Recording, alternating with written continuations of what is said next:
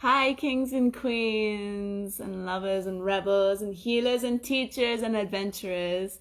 I'm so excited for this Hey Queen session today. We are going to be speaking to Olivia Krouwkam, who has a background in law and mediating, but has really taken a whole new holistic approach. She has deep experience in Tantra, and she's going to be speaking to us today about all things regarding language of the heart, speaking your truth, intimacy and connection, resistance, and all these juicy topics. So I'm going to invite her and Claire to hop on and we're going to dig in.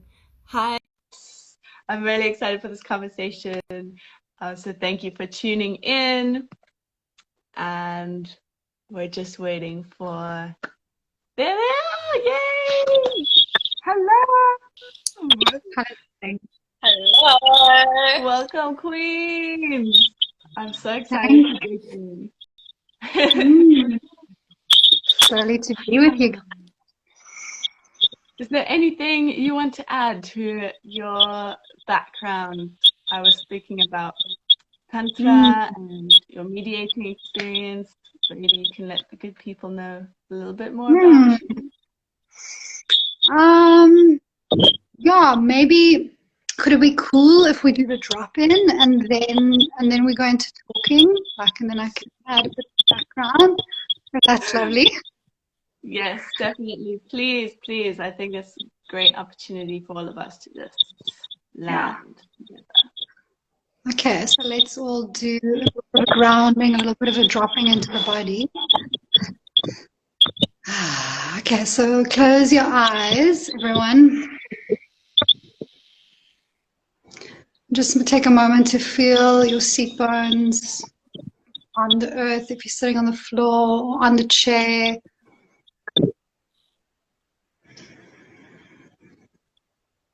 And just really let gravity, let the full weight of your body sink into the seat bones.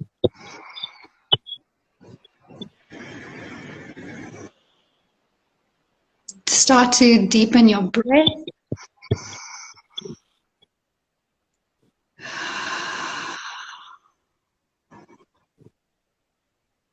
Relax the shoulders.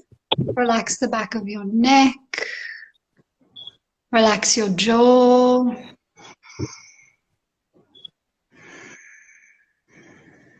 And let's take 3 breaths where we deep inhale through the nose. And when you exhale, you just sigh it out like a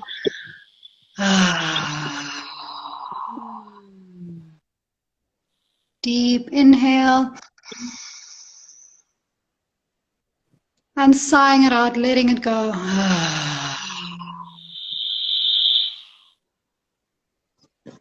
And again, inhale, expanding the body, creating space, really expand in all directions. And when you exhale, you just let it go, sigh it out.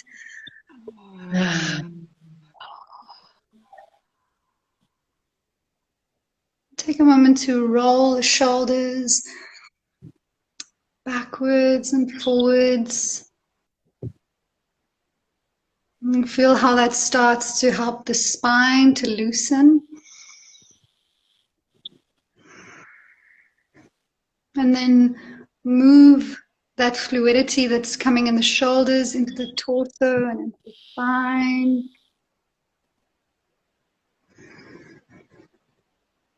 And maybe even into the hips.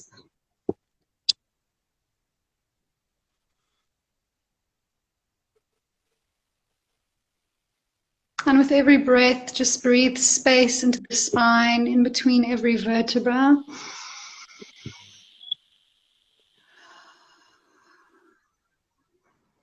And you'll sense the more you ground in the hips and in the seat bones, the lighter the spine will be.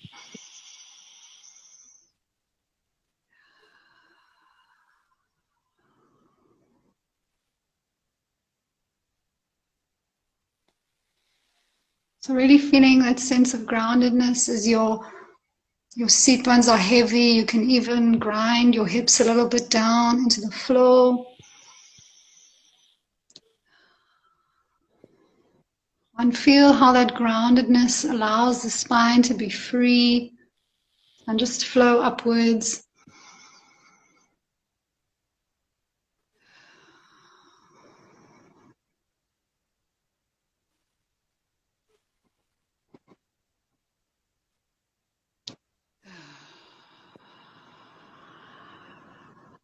And just take a moment to stretch the face a little bit. Maybe stick the tongue out with that. And shake the body out a little bit.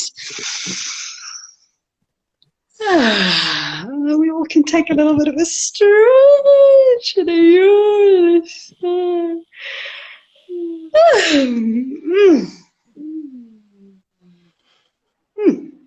Nice. Liquidy and grounded. Yeah. Definitely feeling much more.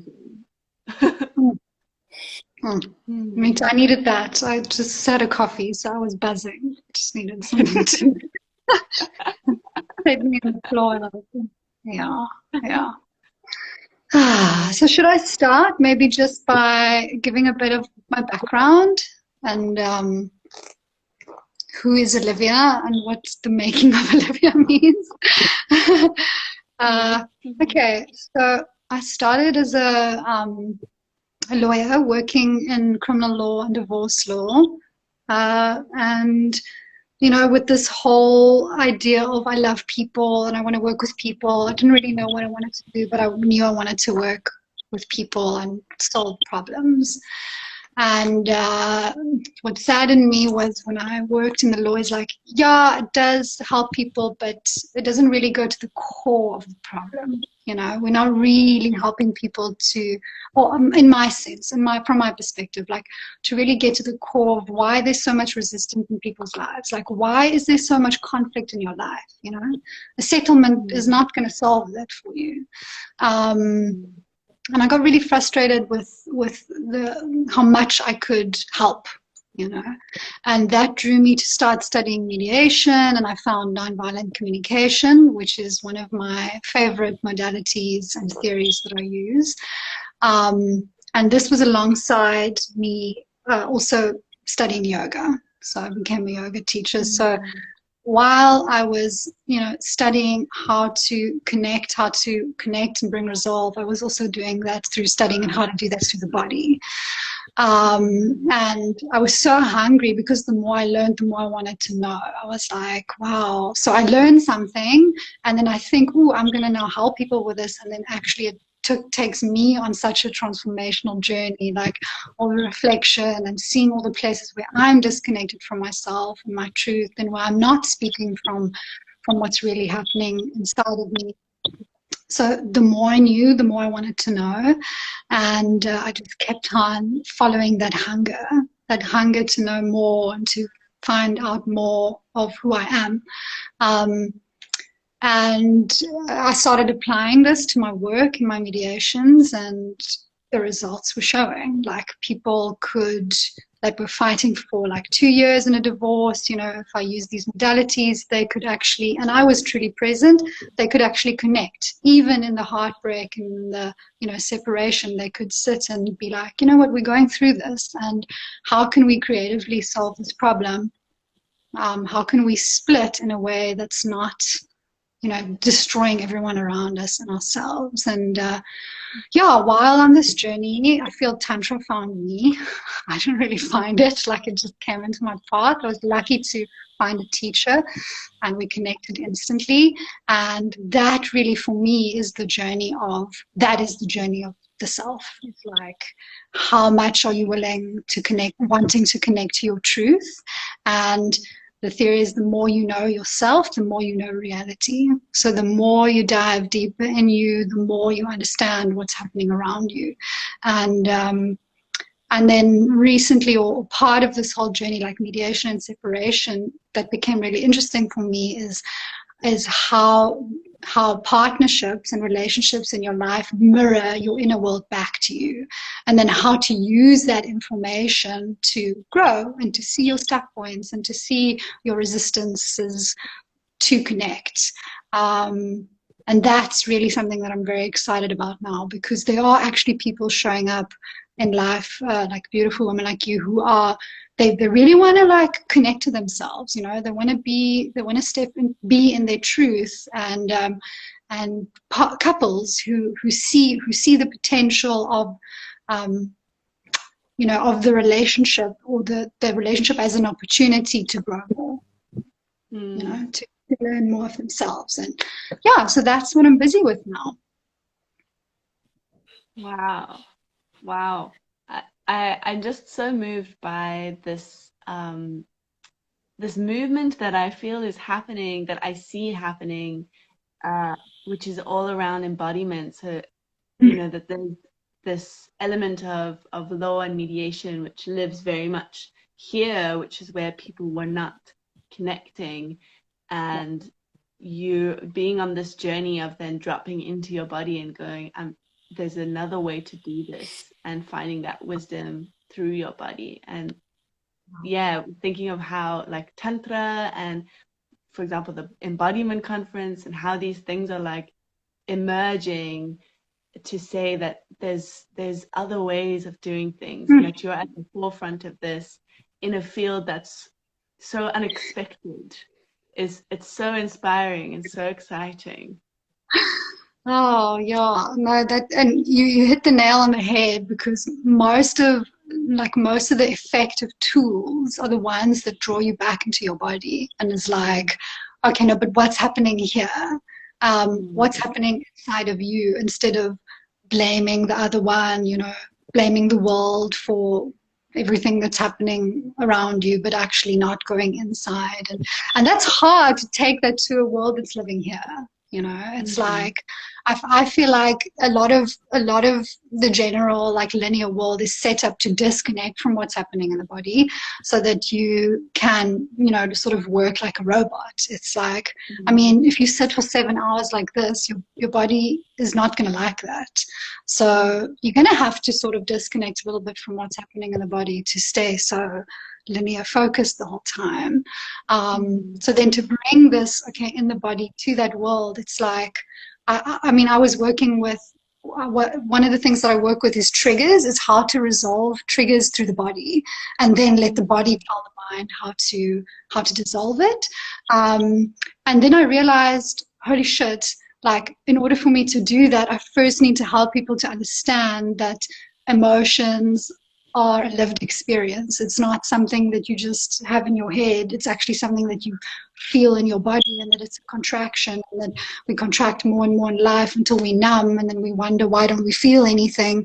And I was like, okay, rewind. I have to go back to square one, start working on the body, and like getting sensitive back into the body. And yeah, so embodiment, totally biggest answers in this work. I also love how you've linked Tantra with the justice system. I just think that is phenomenal. So not only like do people come in thinking that they're going for a divorce, they're actually coming into a deep tantric session where real shift is happening for them. And I'm just, you know, it makes me think how also Tantra, you go so deep into shadow work. And I know you've done a lot of work with that as well. And it's so interesting how we just capture my thoughts of how there's a stigmatization around Tantra, you know, like if I go into a tantric session, I'm kind of, you know, maybe I'm going to be naked or experiencing some kind of blissful orgasm, or maybe, you know, there's definitely a stigma around sex and Tantra. And meanwhile, you coming from the justice system, there is definitely a line of clarity, integrity, and impeccability that you will naturally bring into your work in relation to relationships as such. And I was wondering if you could speak a bit to that, like speak to, for our listeners especially, speak to the stigmatization around Tantra, and speak to what your experience has been. And if you can, go a bit into shadow work, because that is just always so juicy. Yeah. So big stigmatization around Tantra, and like, I mean, I still get people calling me like, can I get a Tantra massage? I'm like, no.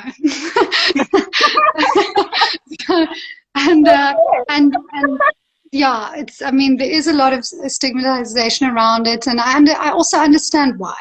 You know, it's like, yes, a lot of the practices that we do uses pleasure as an entry point.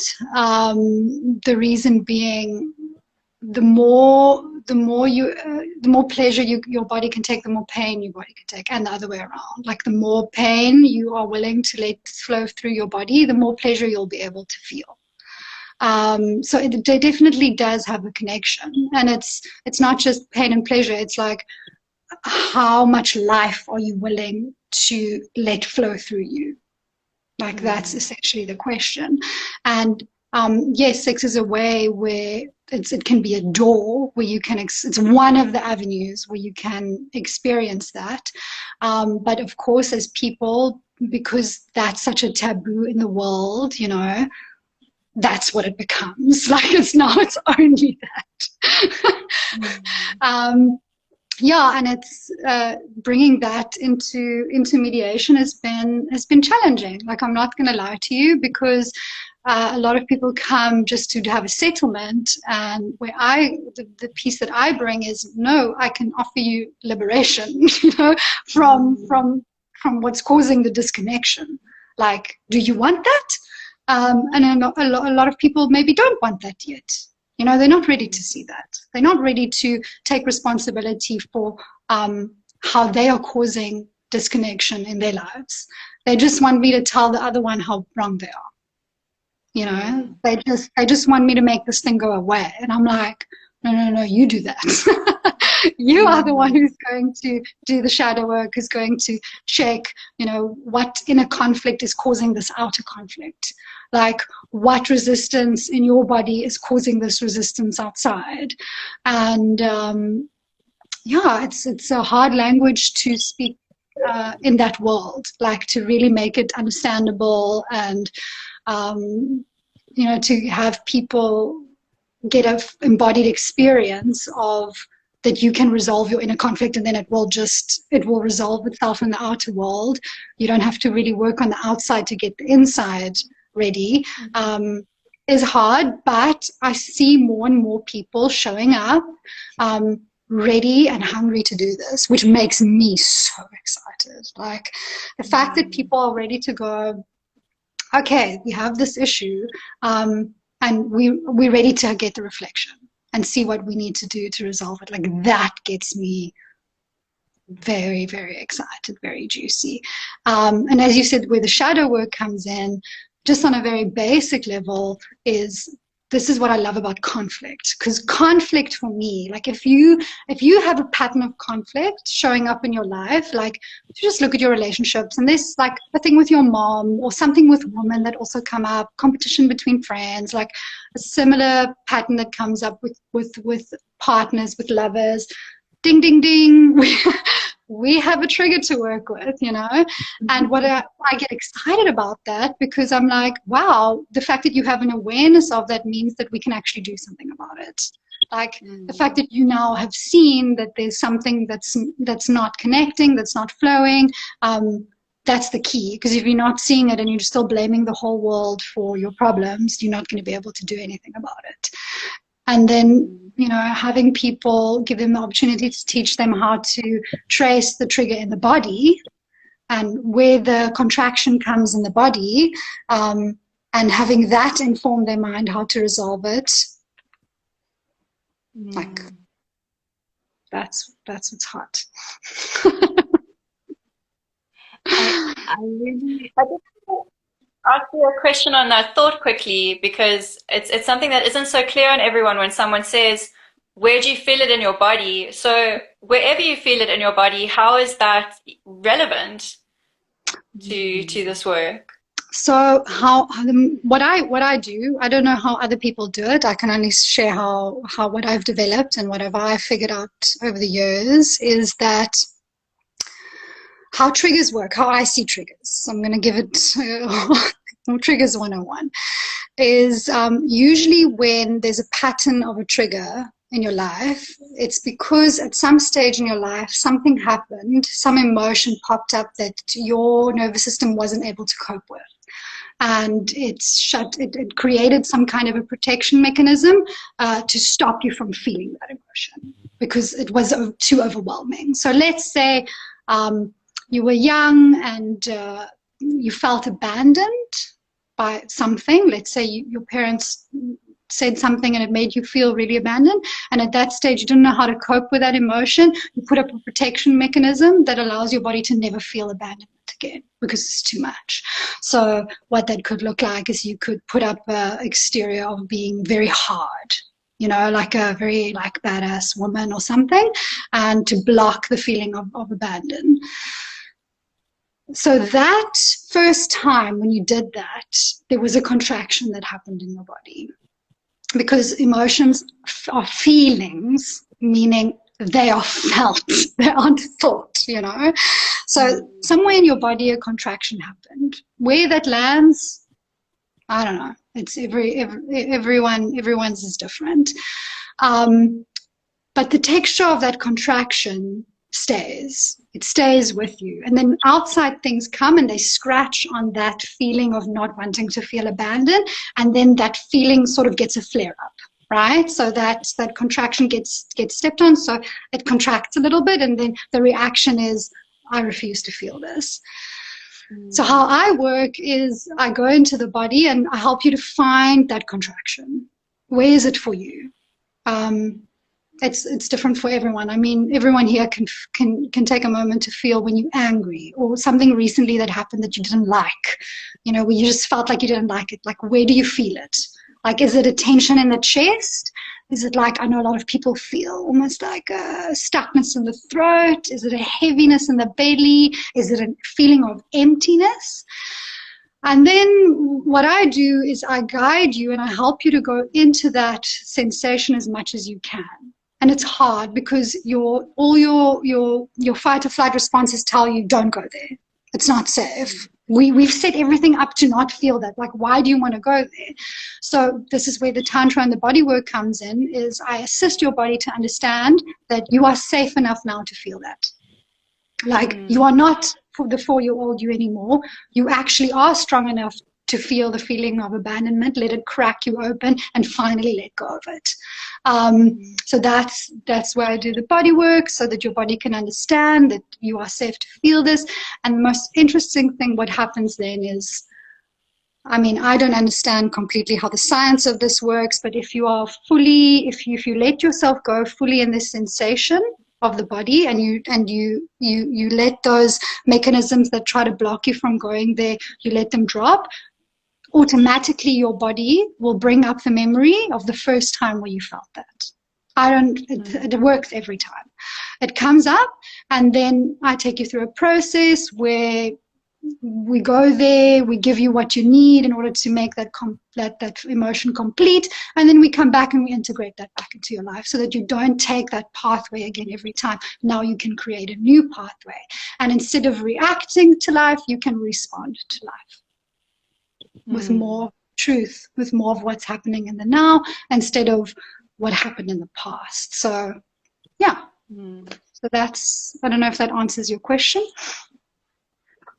It does, and I love how it's told me how it's really just about connecting to that space in the body. It's not necessarily that if it's my shoulder or my belly or my chest that then has some kind of ulterior meaning or something. It really just is to be able to connect into that place. So that was very clear. Thank you. Cool. And I know Paige is bursting with a question. Yeah, well, I had a thought that I love that you were talking about this contraction, this sort of original contraction that happens when you don't have the tools, and that can also happen in adulthood. You know, if you haven't been taught the tools and the language to deal with a certain situation, and you were talking about this, like something comes along to scratch it, and it offers this like resurfacing. And I got really excited when you got excited about triggers. I think it's so funny because whenever I'm really triggered in a situation, I do have this moment of like, oh, something to work on. Like, and I think that it's just such a beautiful mindset to have around, like when you respond in a way that you kind of shock yourself. That's also like a signal of a trigger where it gave me this visual of like when you like stub your toe, for example, and then someone stands on your toe, and you'll have a reaction at that person, be like, you still, but like they're not the ones that stabbed your toe. And it's about like part of this work that you're doing is going, okay, yes, this person stood on your toe, but what was the original issue? You know, this is very basic kind of metaphor for what we're saying, but like that there is this deeper wounding that you're going back to address. Yeah. And that it can be exciting, and it's hard for a lot of people, but to have this growth mindset around when I am feeling this really hard emotion, it's an opportunity for me to explore myself on a deeper level. Totally. And I think that's the exciting part, because when it becomes so much in your awareness, it's like you're being called to look at it. You know, it's like literally when it becomes unbearable for you, it's almost like your nervous system is saying to you, you're ready to let go of this. You know, like you don't want this anymore. It's not serving you anymore to follow that patterning.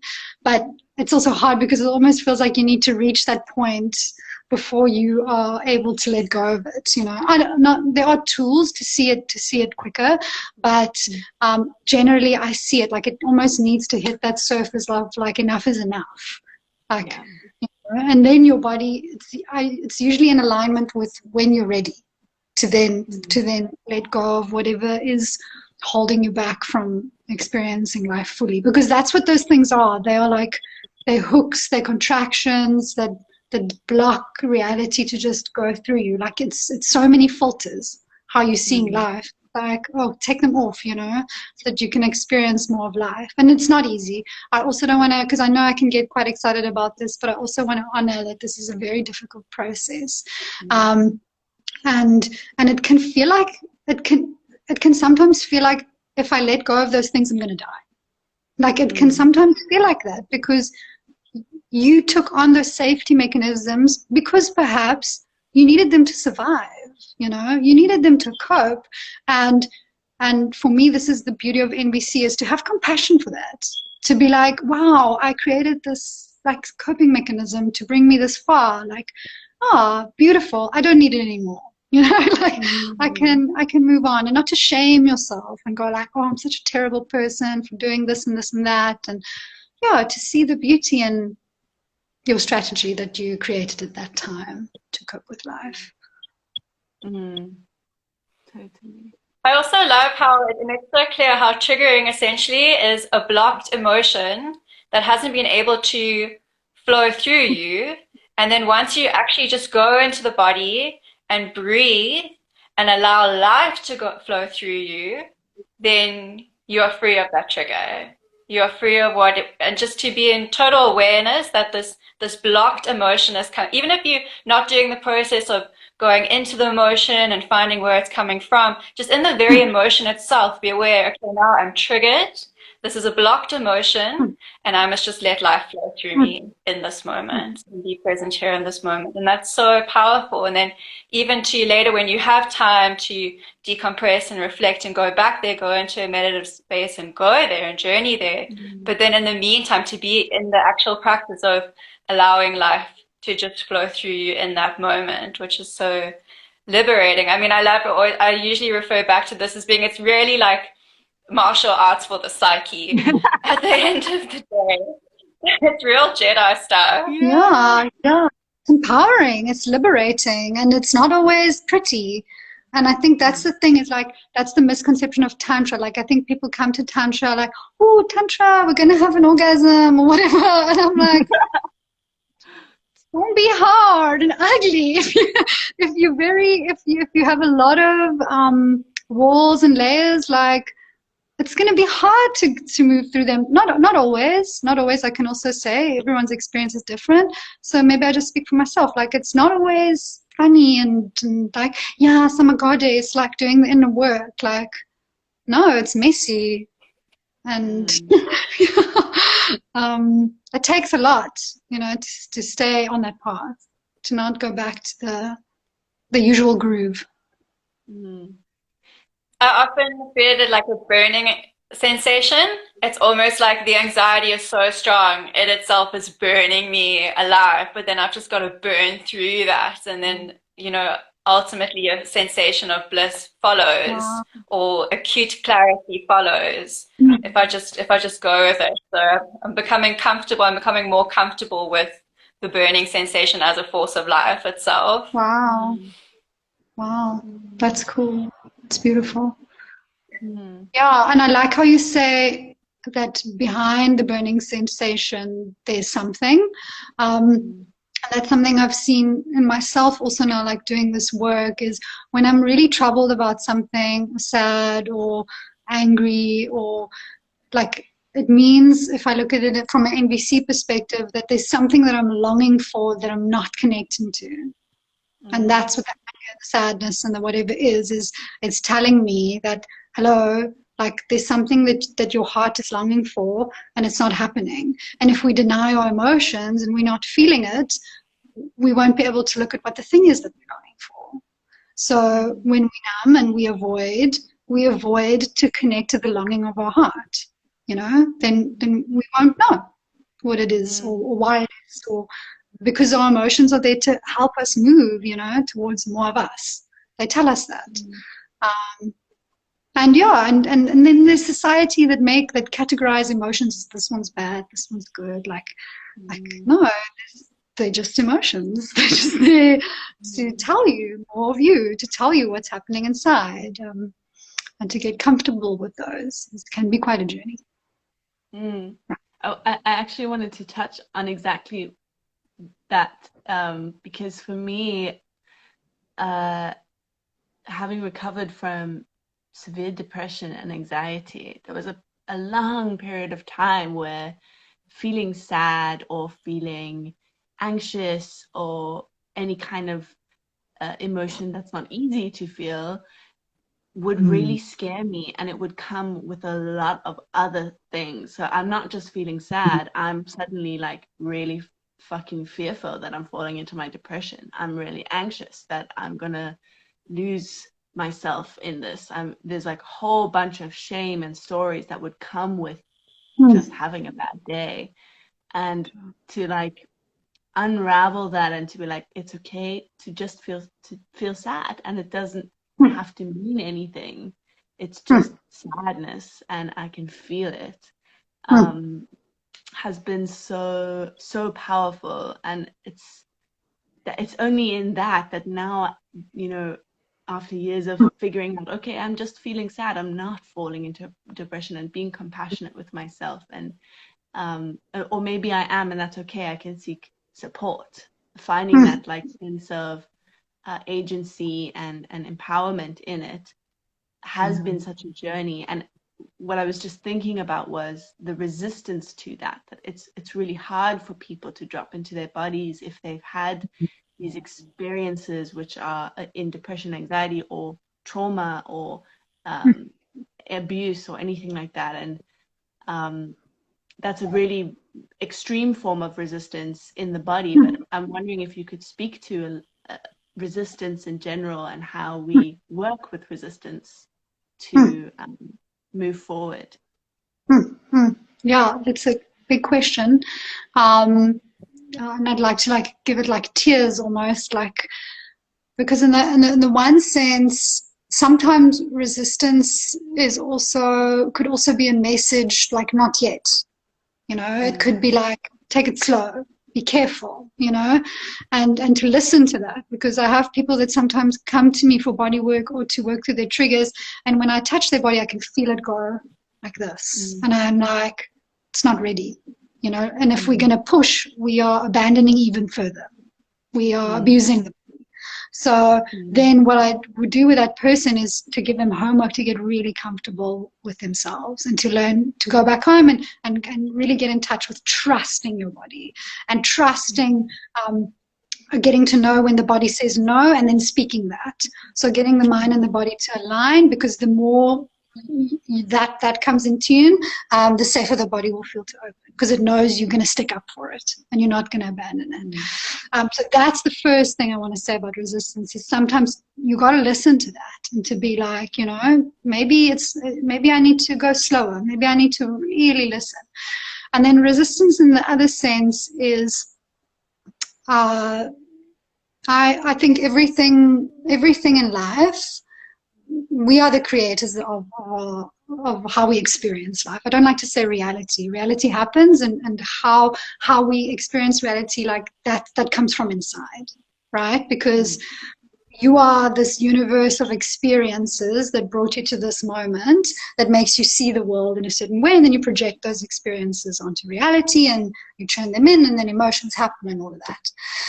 And in my experience, when there's something that I want, but I'm not getting it, like anything, like let's say I want connection with you and it's not happening, there's usually a part of me that also doesn't want it. And that's the resist. That's what I mean with the resistance. Like there's a part of me that's resisting, that's in polarity with the part that wants it. So it's not about pushing the part that wants it, but to go to look at, why am I resisting? Like what's resisting and why? And that gives, when you release that, then the flow goes. So if I can go, let's use my journey as an example. I wanted to really step into doing only this work while I was still a lawyer, and it just wasn't flowing. Like there was constantly something coming in the way of this, and I kept on trying to push, like forwards, you know, like almost like trying to bulldoze it open.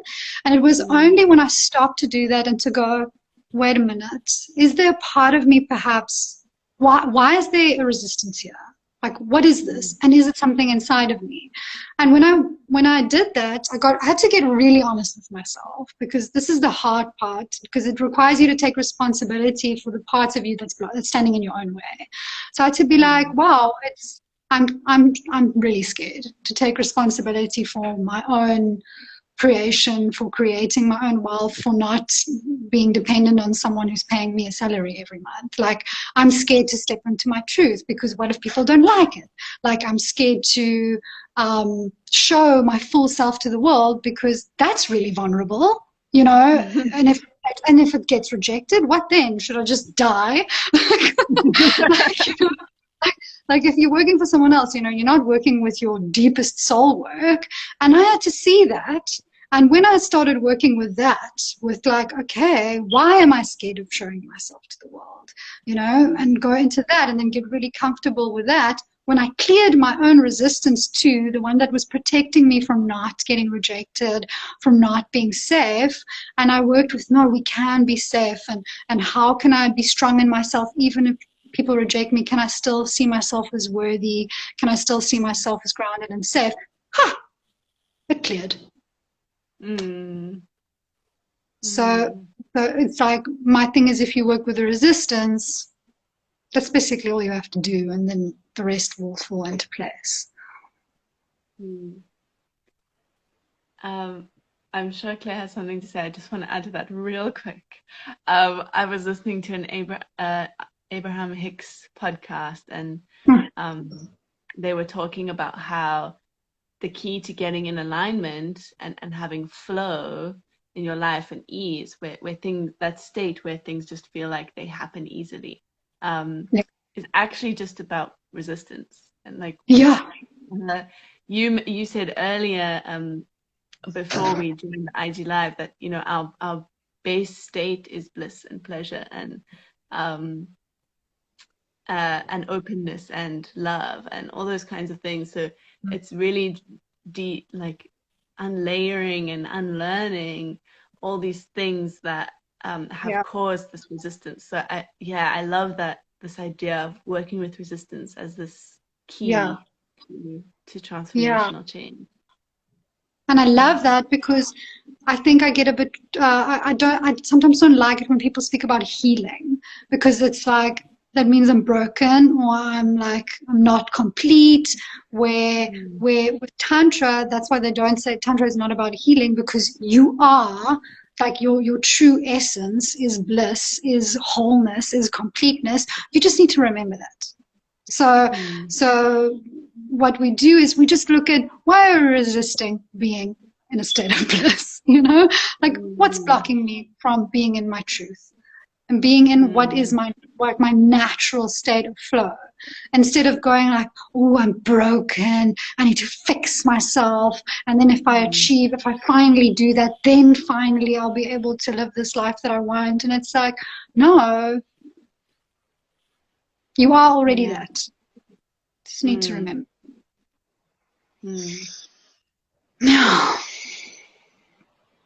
And I think that's, yeah. Go ahead, Claire. You want to finish that thought? No.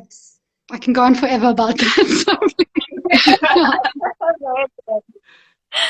Yeah, it's just channeling through you like a river of fire. And so what's prevalent for me is how, as you're talking about how you work with the space of resistance, essentially coming into alignment with yourself and moving from within and checking out that terrain.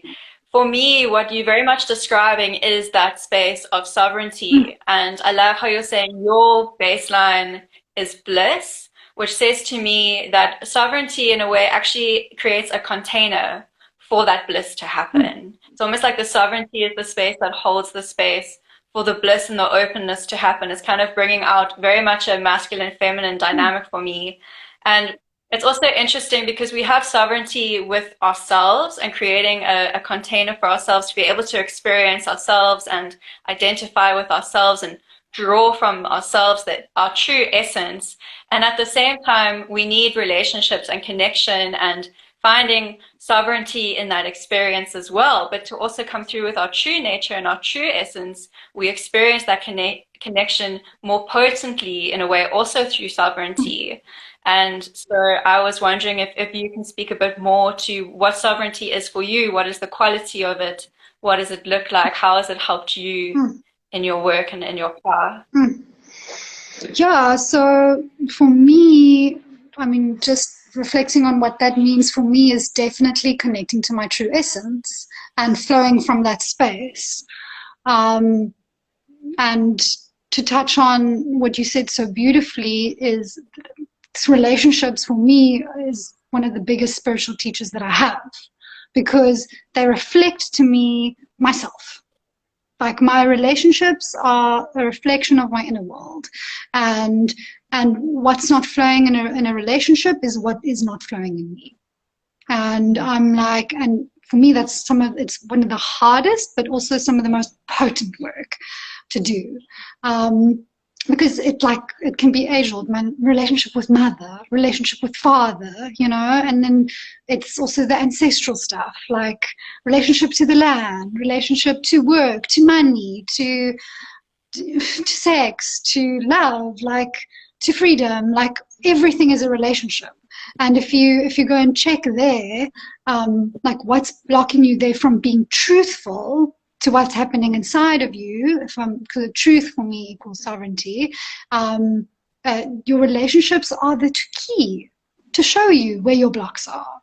Because I can promise you, your block with your partner is gonna be connected to the block in your job. Where you're shying away from your truth there, it's the same place you're shying away from your truth in your work. It's just a different story. It's the same texture in your body. It's just, you just put a different story on that, So yeah, for me, the more I am connected with what's really happening inside of me, even if it doesn't fit my agenda, or even if it doesn't fit my story of how life should be, the more I step into my sovereignty. And that's really hard. I think it gets easier, but it's been something I've been working with quite often, like feeling something in my body and then going, oh, I can't say that, that's inappropriate, or like, oof, no, not now, or like it's not ready, like the time is not right. And then every single time when I don't honor that, it's like it doesn't flow. And every time I honor that, even when it's like in the moment, maybe, oh, that seemed a little bit edgy and it seemed a little bit not convenient to my story, later it reveals that was exactly what needed to happen in that moment. Like that was exactly what needed to be said, and that's exactly what you needed to do. And it's interesting, like this all flows in together, like it's work, it's love, it's everything. Like the more I did that in my relationships with people, the more that started becoming a challenge for me in my work and in the body work that I do. Because sometimes in the body work, I will feel to do something with a person's body, and then I think, oof, no, I don't know if they're ready for that, or oof, that they might judge me, or like maybe that's too edgy. And the more I was like, no, you need to listen to that, love. You need to listen to that truth, and then I act on it. The more it reflects back to me that was what I was supposed to do in that moment. But that requires me to really get in touch with this body and the sensations in the body, because the body for me is the one that lives in the now. It's the mind that's stuck in the past and like that's making the stories, that's making the restrictions. But the body always has your best interest now. It's primal, it's here now. It will tell you when something is not right or when something is right. It doesn't lie. So yeah, that's been my practice, is to really honor what's happening in my body, and that brings me more into my, what I would call my sovereign self, into my power, into my truth, and it's scary because life tells, so one of the reasons for me why it's scary is sometimes I have this story in my mind, oh, but if I do that, then I'll be rejected. Oh, but if I do that, I won't be loved and accepted. Or if I, so then I hold all these things back in order to be loved and accepted, but it comes crashing at the end of the day, always. Like when you abandon yourself in order for an idea, it collapses. It's going to collapse because it's not built on truth. Yeah. Something that's just moving through me is the sense of curiosity and this observer self, this part of ourselves that's able to view from sort of bird's eye perspective, and how we can also have reactions in our bodies. So I'm just thinking, for those who are not familiar with working with the body and working with different types of modalities and therapies, that you can have a reaction in your body that you don't always have to act on it, to have that observer self, to be like, okay, I'm having this reaction and let me be with that for this moment, and I don't have to act on it or that there is this integration between mind and body that's always happening, and a lot of our physical reactions are often coming from the subconscious place where we've processed these things since we were young and small, and that we don't even remember our triggers that will come out in our body. As you said, the body doesn't lie. And to have that curiosity and that sense of being an observer, to go, okay, this is happening in my body right now, and I'm not going to take it at face value, like, oh, I'm angry, so it means I'm just angry, or my body is feeling angry and I need to act on this anger. That's what honoring my body is. It's like, okay, honoring my body is observing and listening and holding space for what I'm going through, and that's also part of the sovereign self. And that's very much what I was hearing you say when you're talking about what it means to listen to your body, is to have that integration and curiosity, compassion with yourself. And exactly what you said. It's like it's not about reacting to all the sensations that you feel in your body. It's about like using it as a map, as to be like, oh, okay, I'm feeling something. Why? Like, what's the, and how do I usually react when I feel that? And do I perhaps want to act in another way? Can I, like, is this way of doing serving my life, or is it not? Do I want to change it? You know, is there a different way? And you can only do that when you start to, you first need to be aware of what's happening in your body, what's driving you to act, you know. Before that, you're just sitting here, like you're trying to fight your actions with mind stories. And, you know, the mind, so this is how I see it.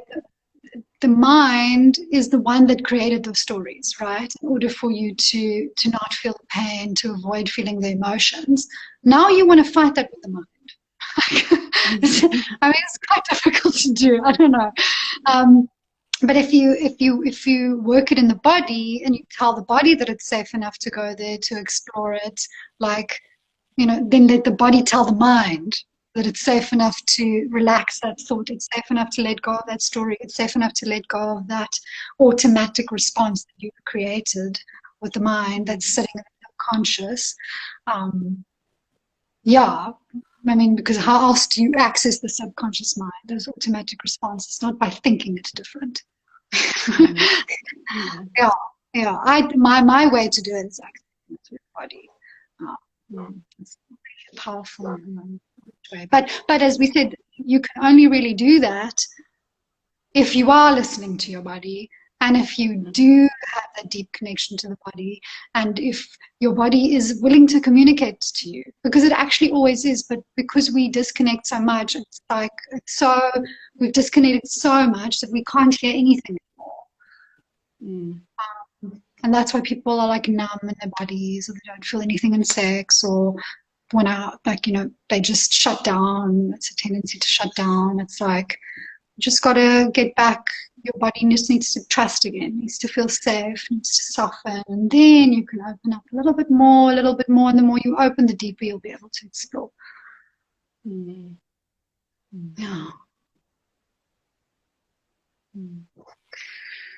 I was also wondering, you speak a lot about, you've been speaking a lot to intuition, and I was wondering if you could speak to what is intuition for you, because I think that's also quite an abstract thing for many people. Either people work with it and they don't even realize it, or people are head on acutely aware of what it is for them, and other people just, you know, they have it, but they just don't know how to access it or identify it in themselves, or that they're really just using it in the first place. So I'd love to hear from you what that is for you. So it's I feel like it's exactly what we spoke about, but maybe I can like flesh it out a little bit more.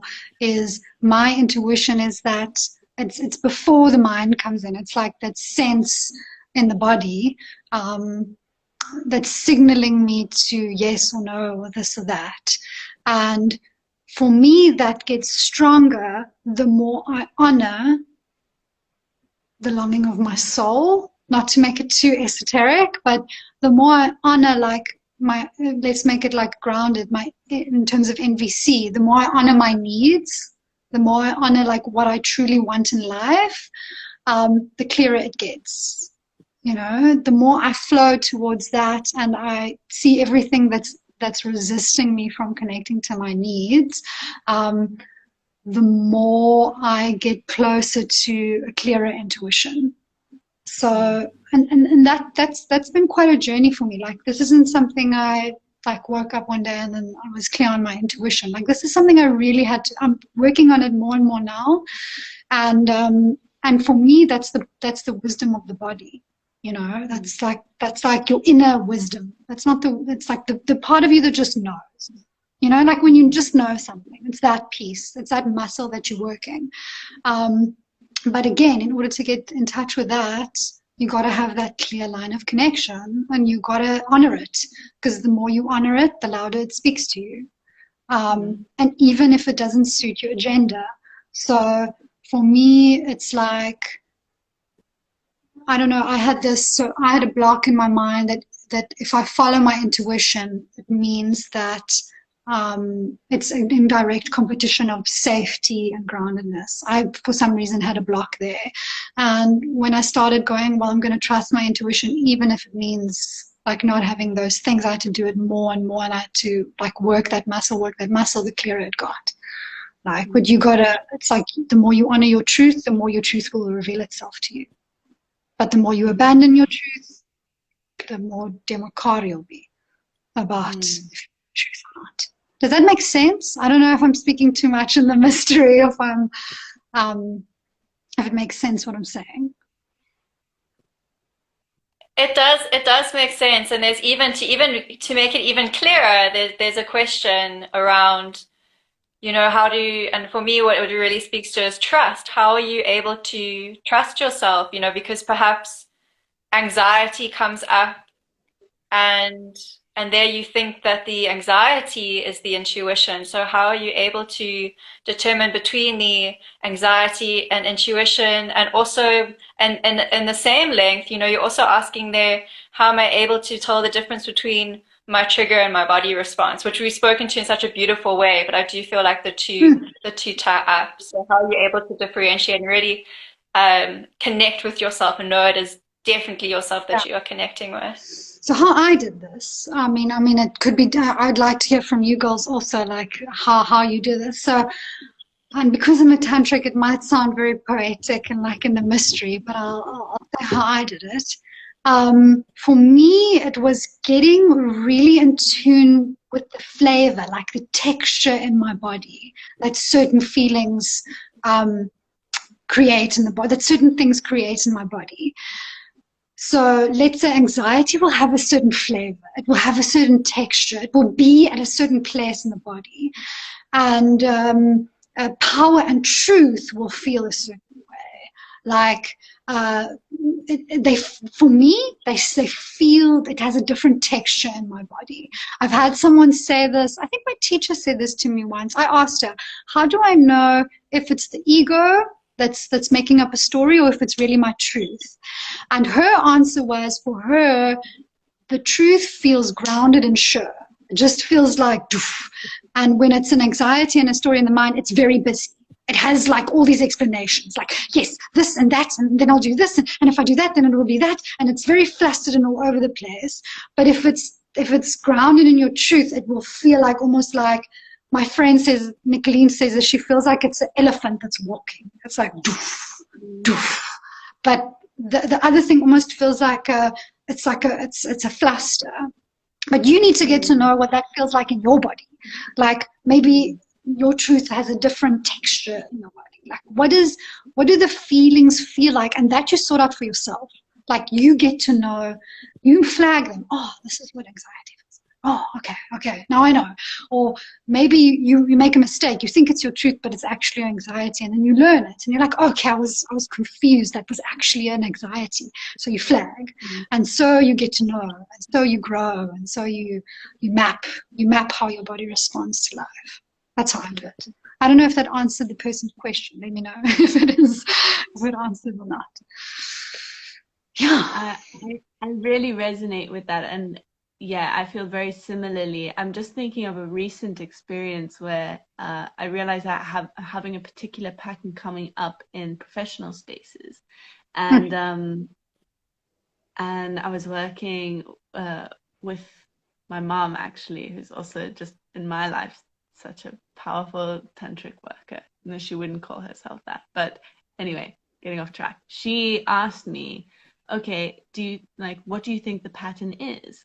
And we were unpacking it together, and I had all these different answers where I was like, oh, I think it's maybe this because this and this and this and this, and then I would just feel it in my body, like, okay, no, doesn't feel quite right. Like there isn't this yes, like this, like you said, there's this sureness that I feel in my body where I was like, that is maybe a part of it, but it feels much more cerebral than the actual reason. And like you said, it was trial and error when I was speaking it out with her and going, maybe it's this thing. No, maybe it's this thing.